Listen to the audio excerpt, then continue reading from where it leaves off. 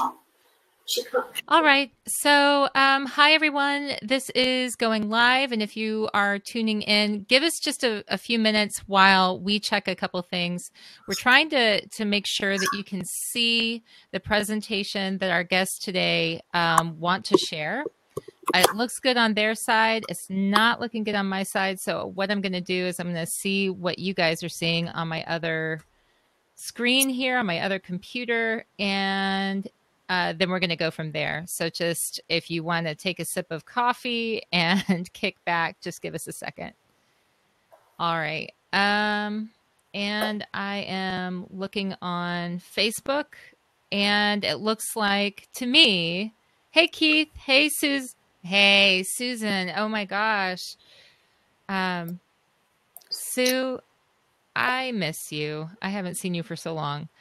Hey, Roy. Nice to see you. Okay, so I'm seeing I am now seeing the presentation. It has now fully come up. All right. This is fantastic. All right, so Penny, we are in good shape. Right. All right. I don't know I don't know if it had to do with going live or not, but this is the first time seeing it, and so fabulous. Maybe it just takes a couple minutes. All right, everyone. Sorry about that, but let's go ahead and get started. I'm glad that you could join us today. Welcome to Association Chat. This is your weekly online discussion for the association community, where we warm ourselves by the virtual fire with the topics of the day, welcoming thought leaders and trailblazers alike to join up in this online home for the community. I'm the host of Association Chat, KiKi L'Italien, and today is a great day for chat regulars because today, folks, you are able to listen to 2 live Association Chat interviews back to back, starting right now.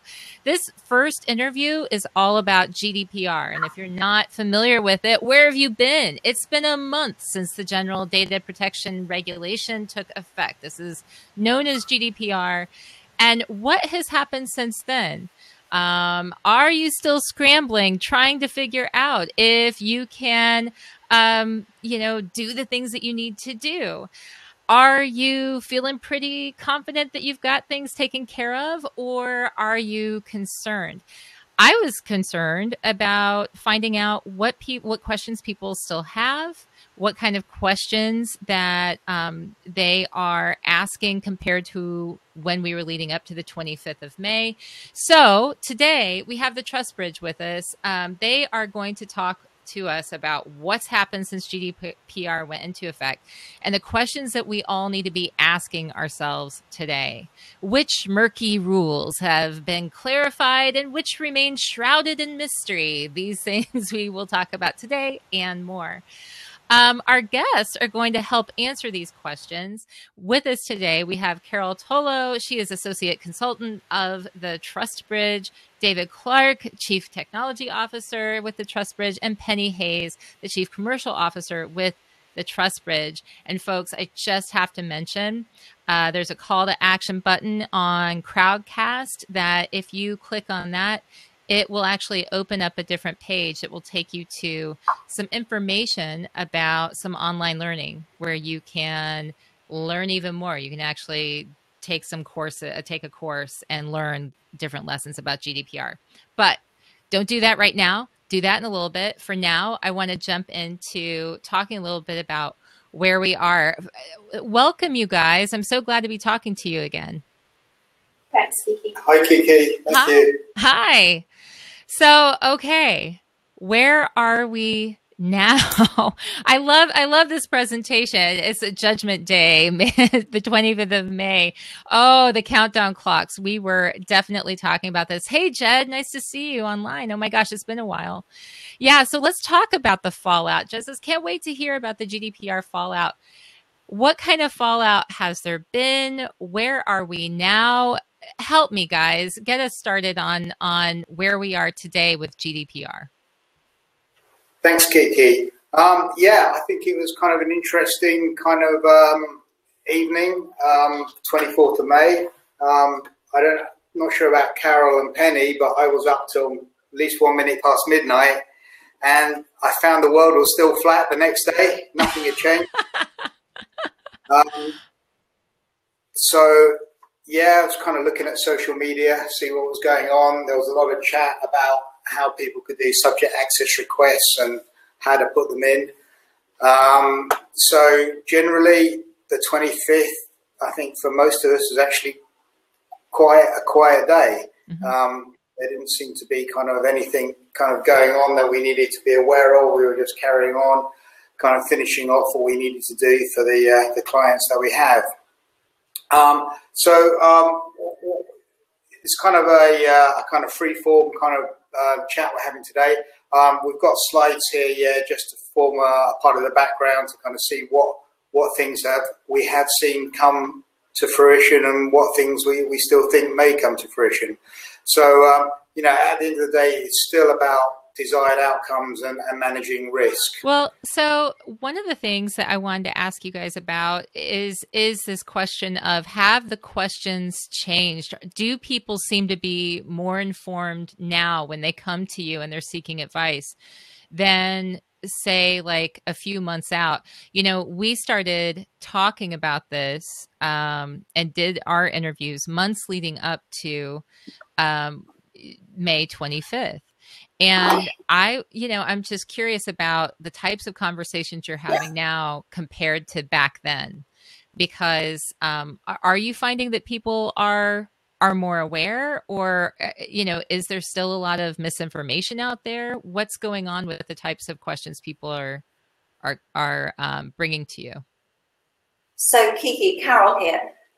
The questions have shifted because, as we all saw, the raft of compliance emails that we were all getting in our inboxes from marketing and other companies, clearly those stopped as of the 25th of May, because that was pre-implementation data protection.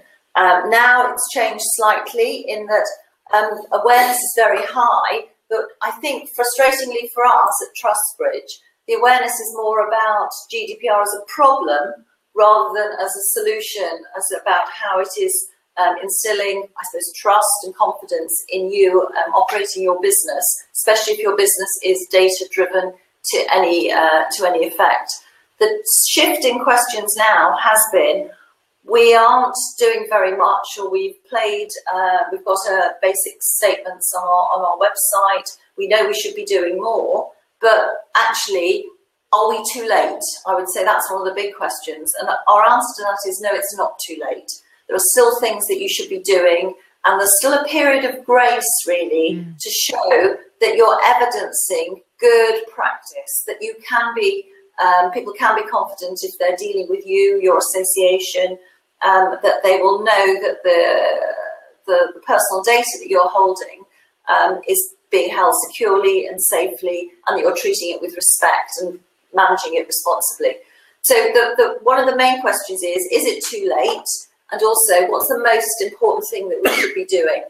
And I think the shift that we have seen since the 25th of May is a lot of those statements that people put up saying, we know we should be doing a lot more. We know data privacy and protection is important. Watch this space. We're working hard behind the scenes. Now is the time to evidence it. So in GDPR terms, you're talking about a record of processing. And in ordinary plain business speak, you're talking about documenting, keeping a record of your systems, your processes, your plans, what your aims are, what you're doing to look for a safe and secure environment for your personal data. So it's a lot of those checklists that we've been talking on previous webinars and previous discussions with you, KiKi, and everybody else. It's never too late, but there is this feeling that there's nothing we can do and just wait for us to be caught out, and that's just not sound business at all.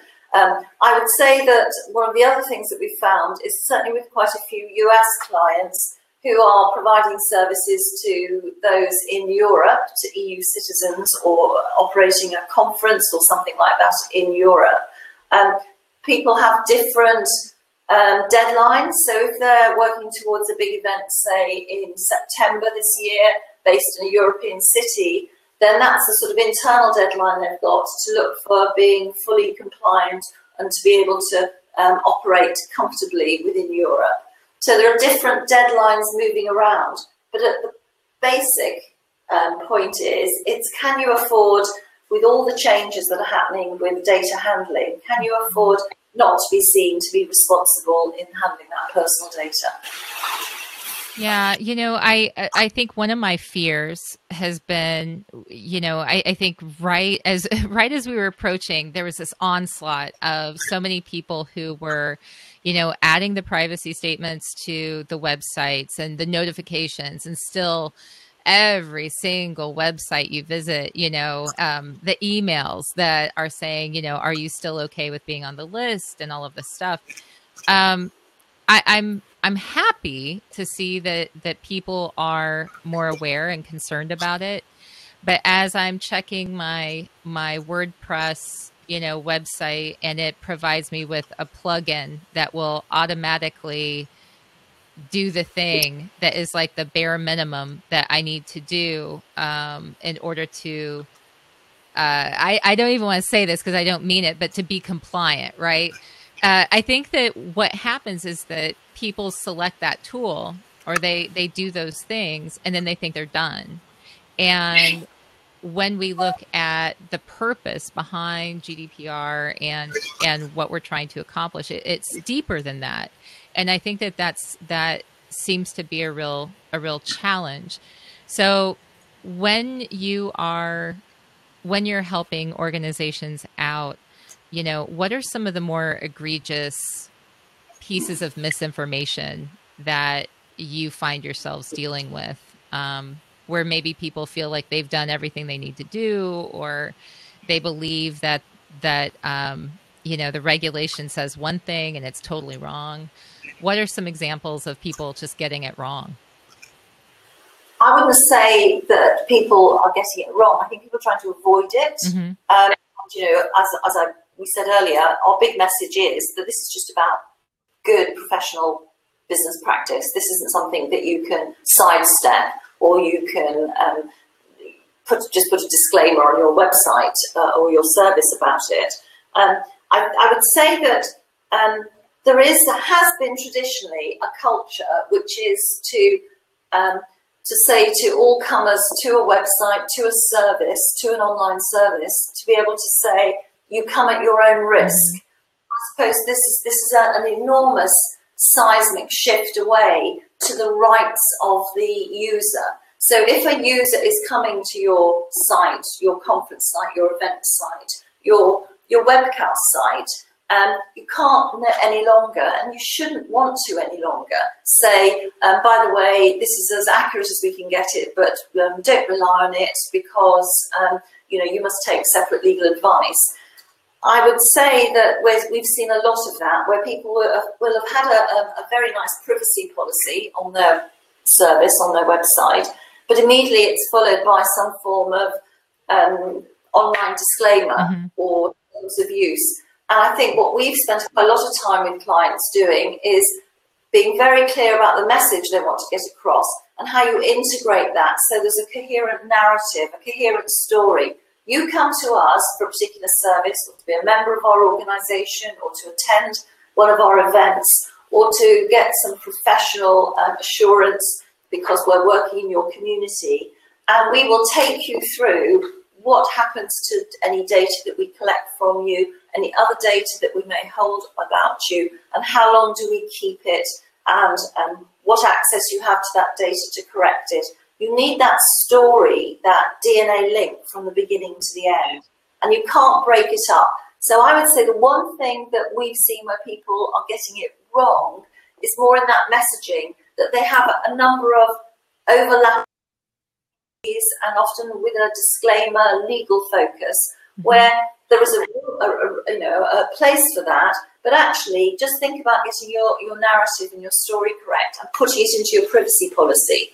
A lot of people will separate out the technical side of accessing and using a service or an online service or web room, but actually you need some of the technical part in your privacy policy. But this is why you're seeing a lot more cookie policies where people are using quite technical profiling, and this is what they're trying to get across. So for me, it's the narrative. Mm-hmm. Yeah. Yeah, I think one of the other things that's come up is actually who's in scope, and that's kind of why we've got this slide up here, because a lot of companies are saying it's just about EU data subjects, and actually it isn't. It's about processing in the EU potentially and data subjects from the rest of the world. And to emphasise that, the Data Protection Authority in the UK issued an enforcement notice on a UK company because they didn't conform to a subject access request by a US citizen living in the US. They said, no, he has got the right as his data is being processed in the EU. Wow. So it kind of then makes the scope kind of quite big, because potentially if you're a US business and you're processing data either of EU subjects or even US subjects in the EU, you are in scope, and you could be subject to kind of any kind of enforcement or business criteria, or it has to be, as Carol says, in your privacy statement or your data processing sharing agreements. You know, what I think is so interesting about that is that it's not, of course, the purpose of this is moving us all so that we are taking care of other people's data and doing the things that we're supposed to do. And it's really, you know, it's only because this is GDPR and where this is created that everyone's so focused on the EU. But the idea that somebody in the United States citizen can come over and can say, hey, I want this to apply to me too, that shouldn't be such a big surprise. But I think so many people have been worried about, you know, just communication with the EU solely, you know, and like with people in the EU, that I think that's where the wow came from for me, because intellectually we all need to be thinking about how this doesn't just apply to citizens of the EU or people traveling through the EU, but it should also be applied. It should be something that we think of for everyone and everyone's data. And so, you know, I have to say that I think that this is something that I've seen on a professional listserv where the questions have come in that look something like this. One question was, if we don't directly market to the EU, but we have somebody who just happens to work in the EU for a short time and they are signing up for our webinar, does it still apply? And then other folks who are saying our association has nothing to do, we don't target anybody, any communication with EU citizens. So GDPR doesn't apply to us. And I think that the story you just shared highlights why that's faulty thinking, like that's flawed reasoning, because it doesn't matter. Like you have to think about this for everyone's data. It's not cat's out of the bag. You know, we're not going to go backwards and start making it so that we can do more with people's data and not be responsible for it. No, it's absolutely right. And we've got quite a few good examples of that sort of misinformation. If you think of a US university with campuses around Europe sending students for semesters backwards and forwards, Europe, Italy to the US back to Ireland, the service, the university should not and cannot be saying that it does not provide services in the EU, because it clearly is. And then there was another organisation that we were working with, where they were adamant that they had a vanishingly small, tiny, a tenth of 1% of their business was possibly touched Europe. But of course, they provided services to large organisations which themselves operated services right around the world. So the company cannot hide behind that, because remember the difference between being a data controller and a data processor. The controller will steer and direct what is happening to the data, and may well also be managing, storing, holding the data, so processing it. But they will also then pass that right on to anybody who does work for them, or whose service, who buys a service from them. And so the trail moves further away from the core company. But the core company can't then just say, well, because we don't know where our service is being used or our platform is being used, it is not being used in Europe, so we can ignore it. I think you use a really good phrase there, the cat is out of the bag. And remember, these regulations and the similar safeguards to GDPR, they're being considered for adoption all around the world. Right. Canada and California are currently discussing their own approach.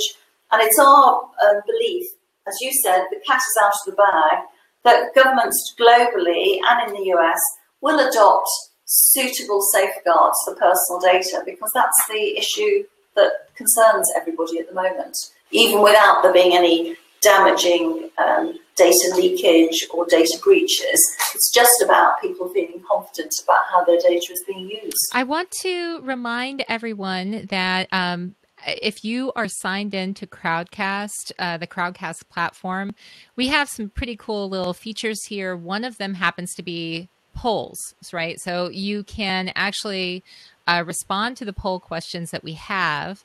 And the first poll question, just for you folks who are watching on Facebook Live, you can respond in text in the comments there. The first question is, how ready are you right now to meet the new privacy challenges? And your options are fully ready, partially ready, or not yet started. And the second question is, what describes your organization? Compliant, not yet. Not yet. It says not yet committed, not yet compliant, or unsure what to do next. So why don't you take a moment, if you're on Crowdcast, to go ahead and respond to that. If you're watching on Facebook Live, you can respond to those questions there in the comments, and I'll try to keep an eye on that. I know there's a little bit of a delay, but the thing is, one person from the Trust Bridge who is not actually sitting there with you right now is Alan Davis. Alan Davis is phenomenal. I love him. He knows associations frontwards and backwards, and he's the sort of U.S. facing component of the Trust Bridge. And he suggested that we talk a little bit about some of the questions that CEOs and executive directors have, especially in understanding how these executives are dealing with their boards. So he wrote to me beforehand and suggested some of these questions. I'm going to ask them now.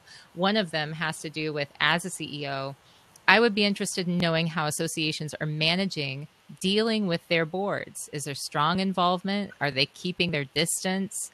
Are politics coming into play? And so he said that we know that the regulations require governance involvement. So how is that being effectively managed? I'm going to let you guys think about that, the participants who are watching. But for Carol and Penny and David, what do you guys have to say about that? What are some of the stories you've maybe heard about what you've seen association executives doing as far as engaging with their boards? We've tended to find, up until now, it's not been the boards that have been engaging so much as second-tier management.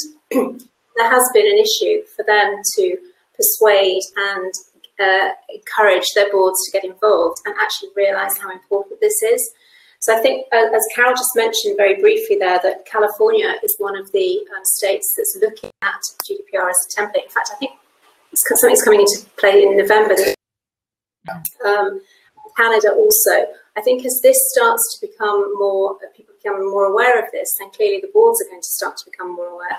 But I think generally we've found it's been middle management. One of the things that we felt very strongly about when we start talking to our clients is that we need to have the boards involved in an awareness session to start with, because GDPR is complex and we really need them to understand how it affects every element within the organisation. So making sure that the board is aware, board of directors is aware of GDPR and the implications for the business is quite critical. So I think, Alan's got a good point, and I think his question is actually posed from experience, knowing what we've been working with in the association field.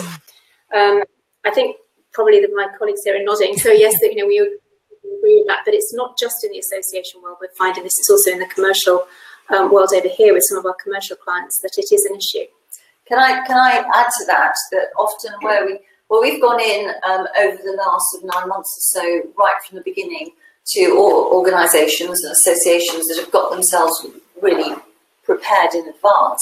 One of the things we've also insisted on is being able to have the ear of the chief executive, so that we've done a presentation back. One of us has actually been able to tailor our overview of their preparedness for data handling at that senior level. And that's been really important for us, because the message, when it gets filtered through second tier management up to the senior level of management, it's not always our message that gets through. And we feel it's so important to be able to explain exactly what where we feel the risks are to the business, and to get that message across really very carefully.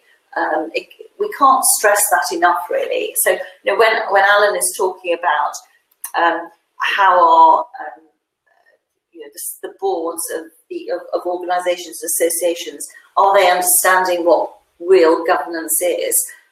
It's surprising how often you might find a risk being logged as we won't be compliant with GDPR for our European operation, when actually that's only part of the risk. The risk is that our handling of personal data is found to be insecure, and that brings the reputational and brand damage because you've lost confidence in your industry. What concentrates minds enormously, and we had another client that this happened to, where the middle management was quite keen on acting, but couldn't engage their senior managers. And then suddenly they had to make a pitch for a big major client that work they wanted. They hadn't looked until very last minute and discovered that there was a whole sheath of questions all about their compliance for good, solid data handling. And they wouldn't even be able to get through that initial pitch. So I think be prepared that if there is areas of business or areas of contracting or partners that you need to collaborate with around the world, the contracts are going to, and the agreements are going to start saying, reassure us, guys, that you're handling personal data in exactly the same way that we are, and that we will have confidence in how that's working. And remember, personal data could be photographs on Instagram that are showing off your product or your images. It could be attending an event or a conference, and previously you've been very happy annually to take lots of photographs and put them up on social media. And there are solutions to it, but you have to remember that somebody's image on a photograph is now very much controlled personal data. And whilst they may be very happy for it to be used, you just need to make sure that you've alerted people to that. The other thing I would say is that quite often in the boardroom, it's the chief technology officer who's been given this as a project. Mm-hmm. And this is not this technology is not the solution for GDPR. It goes much deeper and wider. Well, it's across the whole entire business. So yes, it's a culture, it's policy, it's processes. Meeting David and I had earlier, he said, people are quite often the problem when it comes to data management. So it isn't just a technology issue here; it goes right the way across the board. And this is something that we're finding with developing some of our products and services and courses, is that looking at specific disciplines such as marketing or finance or procurement, people are more interested in how it affects them on their day-to-day business and in a functional aspect. So, the whole of the business is actually affected. It isn't just a technology issue. So, be delegated. So, one of the tactics that I think people really used to get a lot of attention before May 25th had to do with the scare tactics, just putting a lot of fear about these enormous fines. I wrote an article where the title ended up being something about, data policy with teeth or something. This is something where the regulation has teeth, and this idea that it's like this monster that's coming to get you. Have we seen evidence that is that was warranted? And what are some of the stories that have come? What's been some of the fallout that's come from GDPR now being something that is enforceable? I think some of the things we've seen, especially in the last month, we've kind of seen a bit more social media naming and shaming. A lot of companies who should know better have been emailing all their clients and didn't use BCC. That's also applied to some of the councils in the UK. We've kind of seen a UK bank where the accounts got mixed up online. That was bad enough. That's probably a financial regulatory problem, but it's also a data protection issue. Then on top of that, they sent an apology letter out to the wrong people, all in the same time. We've seen Visa had a European outage, which basically ended up with data subjects effectively not being able to access their funds. Therefore, they were put at a disadvantage and distress. So that could be a kind of regulatory and a data protection. And the other thing that we've seen is that US companies are blocking EU to look at their sites. The problem with that is they've already got EU data, so they're still in the firing line, even though they're blocking future data. So we're not kind of sure if that will still work. Oh, go ahead. I'm sorry, I didn't mean to cut you off. No, KiKi, we were just talking about this earlier, we're coming up to that month grace that certainly we're used to, a lot of the UK and the other European regulators in this field allowed. Because remember, this isn't just about fining people, whatever the fear tactics are. This is about changing the way organisations look after data. So there's very much about awareness, learning and changing the culture, as Penny said earlier. And so there has been this feeling of there's a month grace, which is why this is really interesting, a month on, what's going to start happening when the regulators start doing some of this naming and shaming, because they will start to be giving everybody a chance to say, right, we're now aware that the world changed on the 25th of May, a month on, now we're going to start testing you a little bit and seeing where the good practice is and where the poor practice is. And there's certainly a concern that there will be a lot more activity to be able to pick up poor examples of data handling, almost to others. So we're waiting for that. I think there is another issue that there are a few legal actions that we're aware of across Europe where some of the very large organisations and commercial companies have discovered data breaches or data losses predating the 25th of May, possibly by a year. So data losses that happened a year ago. And they're busy arguing through the courts that they should be treated on the pre-25th of May fining rules rather than the post-25th of May fining rules. So there's a little bit of bedding down and working through some of their issues. But I think you can see on the screen now some of the risks that we've been identifying that are coming through, and the ones in red are actually where we think there's going to be quite a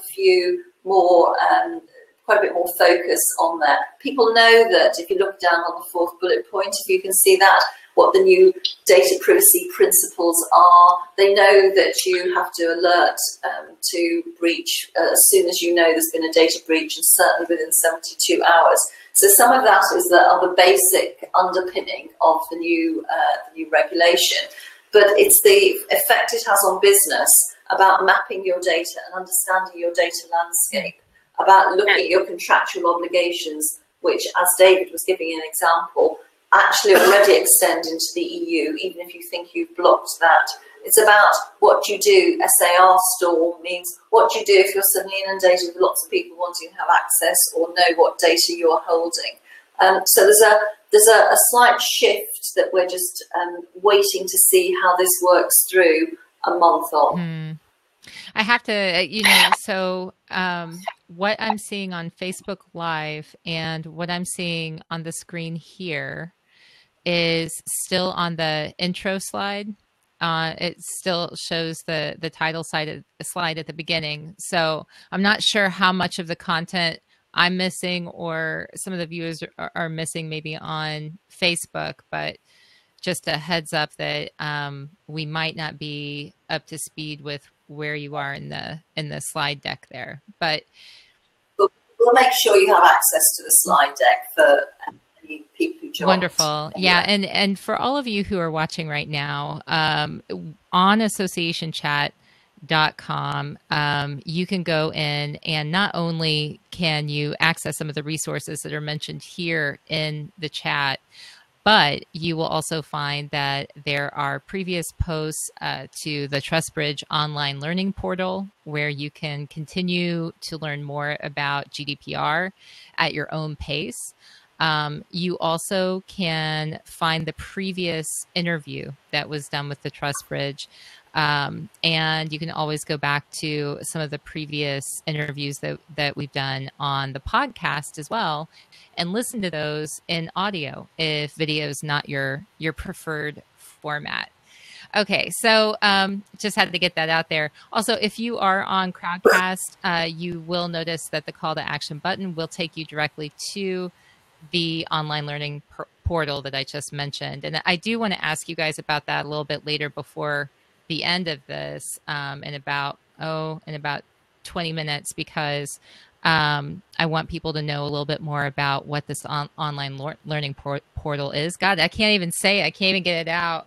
It's very cool. I have it on my own phone and my own mobile device, and very, very nice. But I definitely want to talk a little bit about that. So we know that folks that they need to still be concerned about the fact that this period of grace, this grace period a month after GDPR took effect, that time's up, folks. You need to start. Time's not up. You can always make things better, but clock is ticking, and that grace period, when we get into July, you probably need to worry about making sure that you've dotted your I's and crossed your T's and made sure that you've checked out, how you are doing as far as making sure that you're handling people's data effectively and efficiently and doing all of the things that you can to make sure that it's protected. Can you guys talk a little bit about some of those ways that people can make sure that they're doing what they need to do? I mean, I don't want to make an assumption that everyone who's listening to this right now or later, that they already know everything that they need to know so that they know if they're compliant or not. What are some ways that organizations can look at the way that they're handling their data so that they know what they need to fix, if they need to fix anything, and the next steps that they need to take?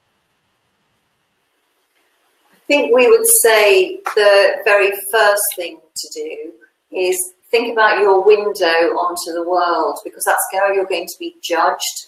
So just look afresh at your website. When people are coming onto your website, what are they going to see? Are they going to see that you are, there is a cookie policy that says, I accept that you're using bits of software to help improve the benefits of accessing the site? Is there something somewhere that very clearly explains that they take seriously the handling of any personal data?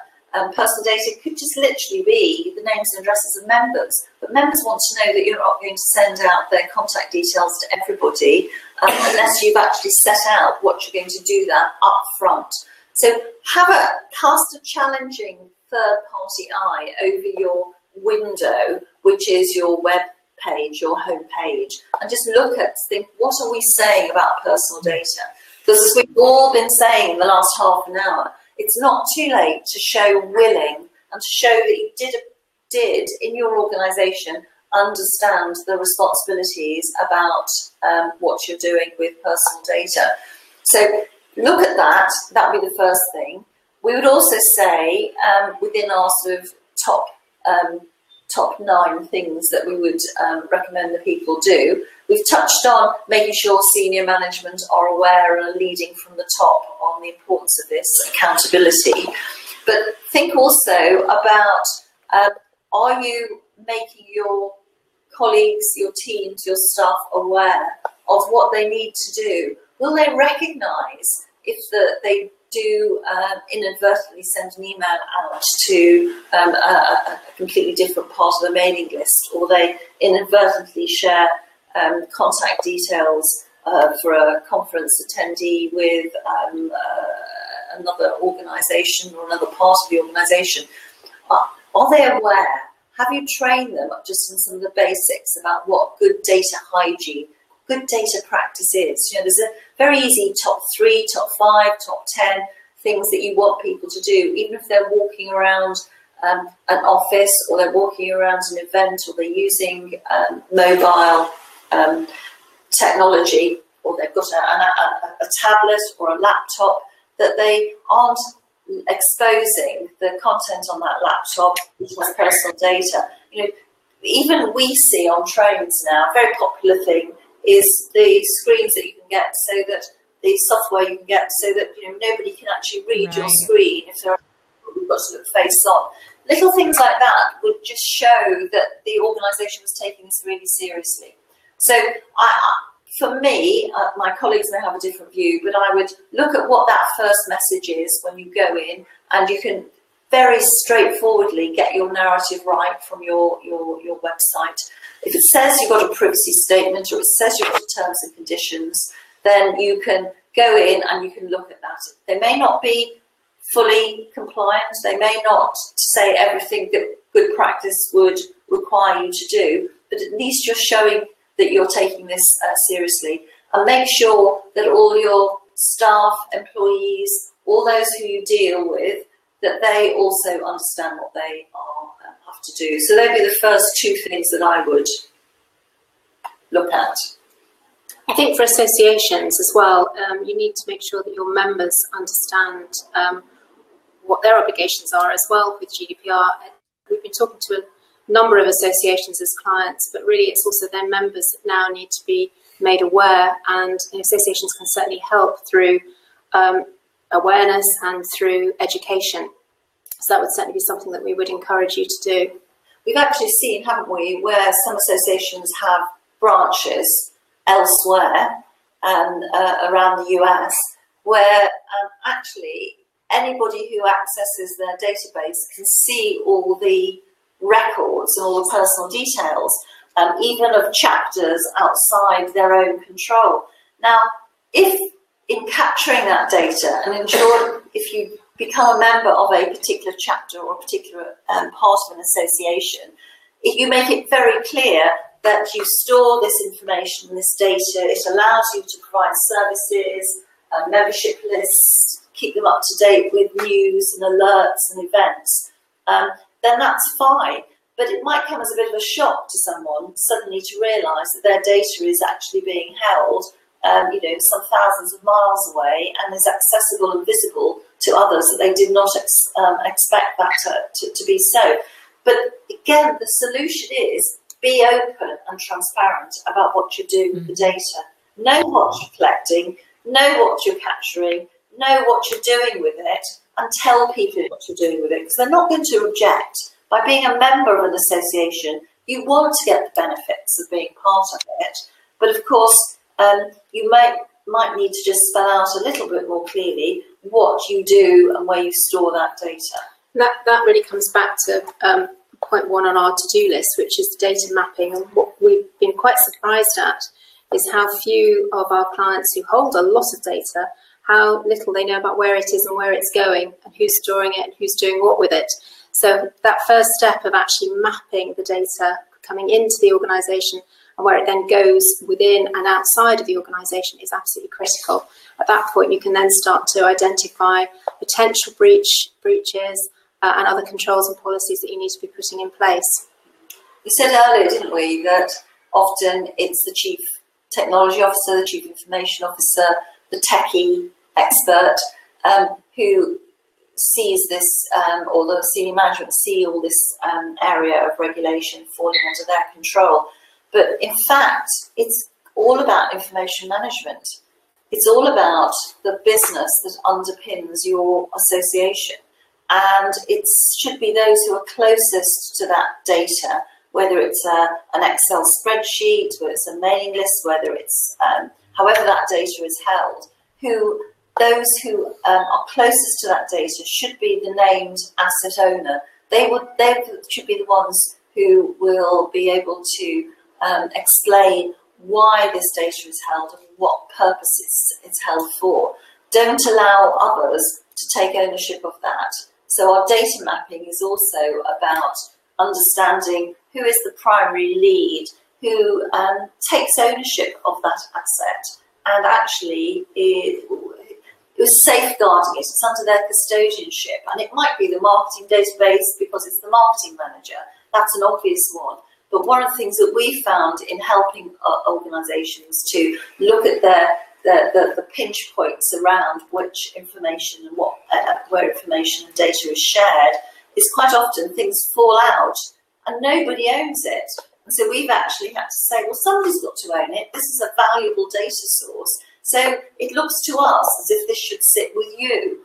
And people have generally understood that. But the fact that they could be looking at mapping the data and there could be sensitive personal data without an organisational owner is a data risk, and that's a data breach waiting to happen, and nobody wants that. No one wants it, but it's interesting, I think that the way that I love speaking with all of you because you prepare people, you prepare organizations to do the best. You're assuming the best about them and trying to help guide them in the direction so that they, are taking care of other people's data and they don't end up getting into trouble. But, when we look at things like Cambridge Analytica and Facebook, this idea of I don't know what you call it, plausible deniability, something about not wanting to know the type of data that you have or what's happening with it so that you're not responsible for it. I feel that a lot of, this is a guess, but I think that a lot of organizations and maybe technology firms don't want to dig too deeply into the types of data that they have, maybe residing on, different individuals' computers or different systems, because they don't want to be held responsible. They want to say they didn't know. They don't want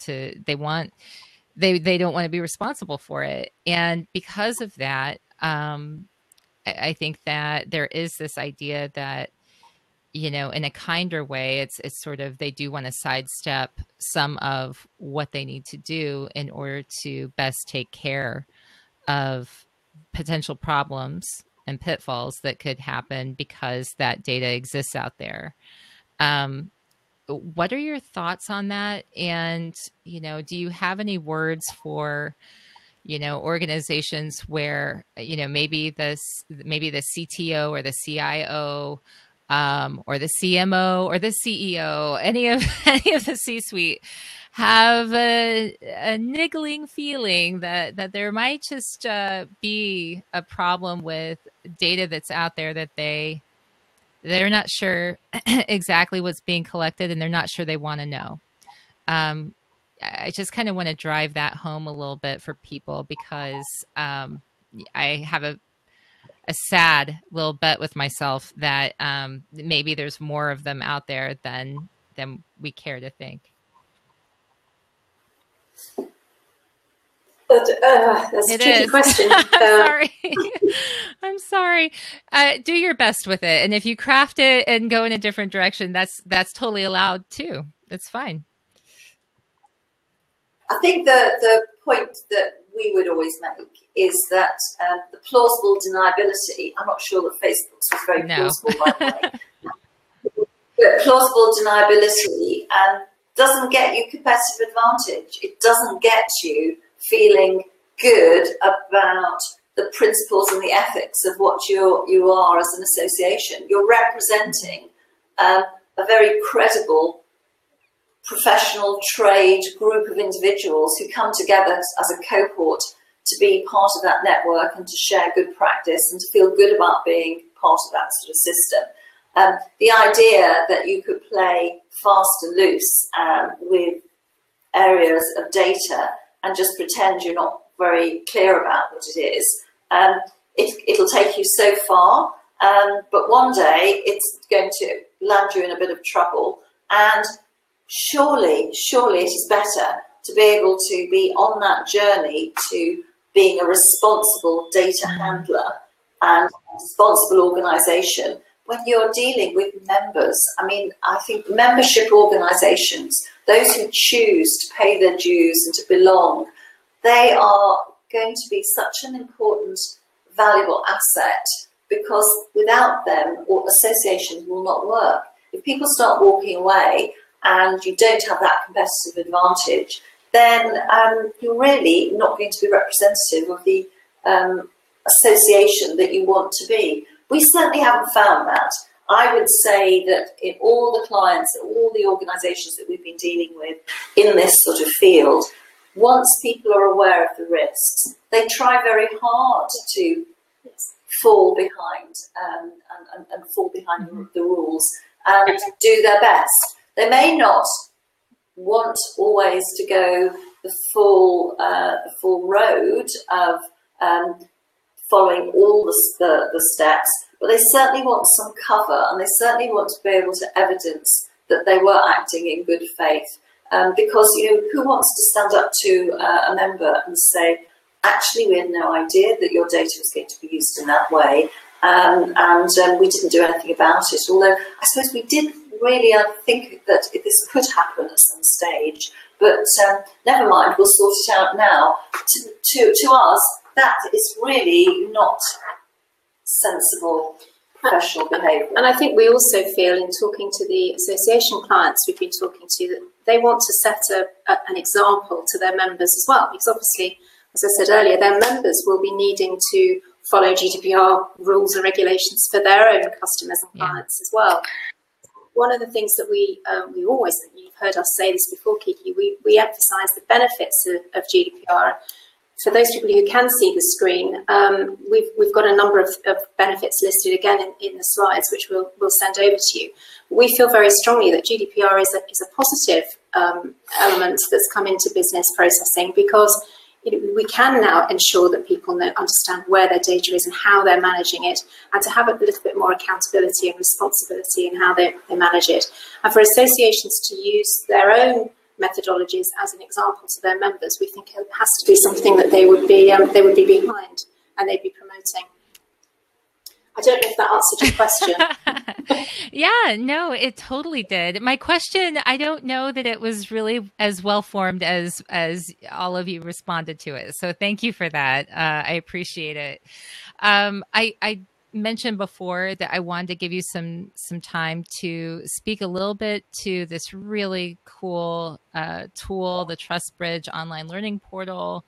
So I wanted you to maybe talk to folks a little bit about what that's all about, and why they may want to check it out, and then also talk to them a little bit about where they can find more information about the TrustBridge.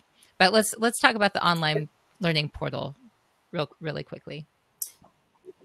Okay, what we've done so far is we have done David has written a top line awareness module for anybody and everybody coming in who needs to understand a little bit more about GDPR. I think there are 20 modules in the course that cover the key principles of GDPR. That's really our initial awareness course. What we are now in the process of doing, as I mentioned earlier, is working on courses that go into more depth in individual subject areas. So, for example, marketing. We know that specifically in the event management and the membership space, consent and legitimate interest and the other words like this are causing issues for a number of associations. So we're focusing very much on what a marketing person needs to understand and how they need to adopt GDPR in their day-to-day obligations and responsibilities. We'll be doing something else for HR. We'll be doing another one for finance. So we're just in the process of crafting these courses now, and we'll be making those available through an e-learning platform. We've partnered together with a professional e-learning a partner who actually delivers these courses online, and certainly we'll be letting KiKi have some information about how you can access these, and we'll be telling you more about them as we launch them. At the moment, the awareness course is available for iPhone users, and again, there's I think a link on your website, KiKi, that goes to that awareness course. So we'd be very interested in that, and also any information that you feel you require for your day-to-day jobs. We'd be happy to put courses and information through that portal once it's up and running properly. And I'm going to go ahead and in the comments section for people who aren't familiar with associationchat.com, go to associationchat.com and you'll find that there is on the main page, if you scroll down, you'll find more information about this particular online learning portal. And there's a link there that you can click into and, find out even more. So it'll be fantastic. So, so you guys are always speaking and working with people in groups. And so what do you have going on right now? Are you speaking at any conferences that are coming up that people can maybe register for, or what's next on your agenda? We have an event coming up in October. Unfortunately, it's based in London, but we are hoping to bring it to the US at some point within the next few months, which will be looking, having said that GDPR is not a technology, it has no technology solutions, we're actually bringing a number of technology solutions to the table. We've been working with a number of technology partners, and there are some quite cool things out there. So we're going to be doing an exhibition of those different technologies that we're working with, and that will be together with IBM. So we'll be doing that first of all in London, and then hoping to bring that to the States sometime later in this year.